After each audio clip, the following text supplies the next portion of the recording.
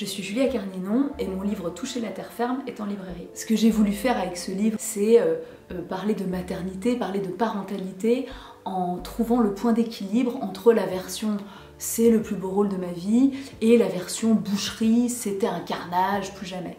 Ce que j'avais à dire de la maternité, c'était exactement entre ces deux choses-là.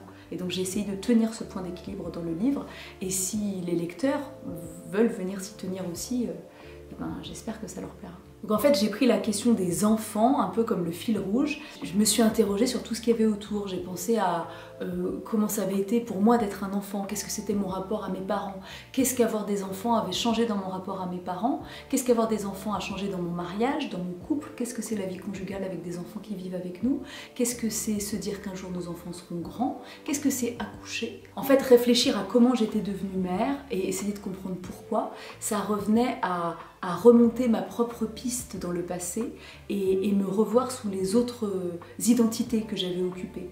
Donc je repense à l'époque où la chose la plus importante dans ma vie c'était d'écrire. J'ai repensé aux hommes que j'avais aimés, avec qui j'avais pensé avoir des enfants et avec qui j'en ai finalement pas eu. Je me suis demandé comment est-ce que j'en étais arrivée à avoir des enfants avec ce garçon-là en particulier.